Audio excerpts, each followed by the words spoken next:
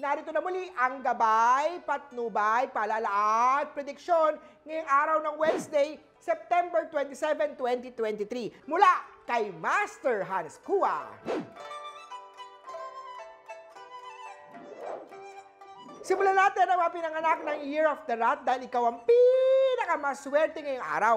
May good news na parating sa trabaho. Posible din ang promotion o kaya naman increase. Kaya naman doble sipag at doble pakitang gilas kay bossing. Yellow at 18 ang swerte kay Year of the Rat. Sa mga Year of the Ox naman tayo, good health star activated. Ipagpatuloy lagi ang pag-exercise tuwing umaga. Para naman sa Love Star, may isang dating kababata ang posibleng makatuluyan mo. Siya ay may letter J, Y, A, L sa kanyang pangalan. Mas lalo naman ma-enhance ang Love Star kung magsusuot ka ng rose quartz na bracelet, red at 1 ang swerte kay Year of the Ox. Ingat-ingat naman ang mga Year of the Tiger dahil may nakaambang theft star ngayong araw. Ingatan din ang personal na gamit, lalo kung aalis at pupunta sa malayong lugar. Blue at 6 ang swerte kay Year of the Tiger. Sa mga Year of the Rabbit naman hindi mo sinasadyang matuklasan ang isang lihim. Pero huwag mo na lang ipagsabi sa ibang tao ito. Hindi ko sinasabi na chismosa ka, pero parang gano'n na nga. Lagi lang tatandaan na hindi porket narinig ito sa iba ay ipapakalat mo agad ito. Pink at 9 ang swerte sa Year of the Rabbit. Kailangan mag-focus ng mga Year of the Dragon ngayong araw Magaling ka na sa ginagawa mo pero hindi ibig sabihin ay papetiks-petiks lang. Magkaroon ng paninindigan sa mga binibitiwang salita. Purple at 11 ang swerte kay Year of the Dragon.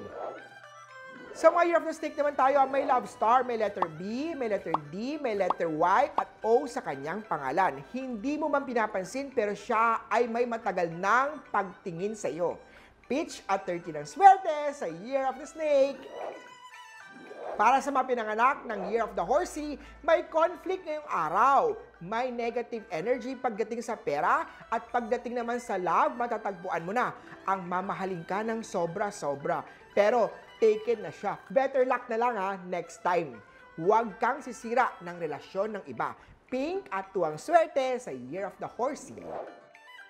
Sa Year of the Goat naman, huwag ka mag-expect. Tumutulong ka pero iniisip mo naman agad ang balik sa'yo ng taong tinulungan mo.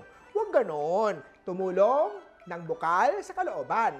Gray at 7 ang swerte kay Year of the Goat. Sa mga pinanganak naman ng Year of the Monkey, may pera ngayong araw. Maraming kwarta ang papasok. Bunga yan ng paghihirap mo. Makatulong ang paglagay ng wealth-inviting cat. Ilagay yan sa opisina mo o sa negosyo. Maroon at 14 ang swerte sa Year of the Monkey. Sa Rooster naman tayo, nandyan na rin ang chance na makapag-work sa abroad. Matagal mo nang inaantayan. Pinalampas mo na yan ang pagkakataon last time at kumatok muli ngayong araw. Kaya naman, Travel Star activated. Huwag na yan palampasin pa. Makakatulong ang pagsuot ng all-in-one bracelet para ma-enhance ang dreams at mga wish mo sa abroad. White at 19 ang swerte kay Year of the Rooster. Sa mga pinanganak naman tayo ng Year of the Doggy, ang happy star ay iwasan. Maraming bagay ang kailangang pasalamatan dahil hindi lahat ay nakakaranas ng magandang buhay. Huwag maging sakim, share your blessing at magkaroon ng utang na loob sa mga taong tumulong din sa iyo. Gold at 8 ang swerte kay Year of the Doggy. At sa Year of the Piggy naman maganda ang mood ngayong araw dahil napapaligiran ka ng good energy.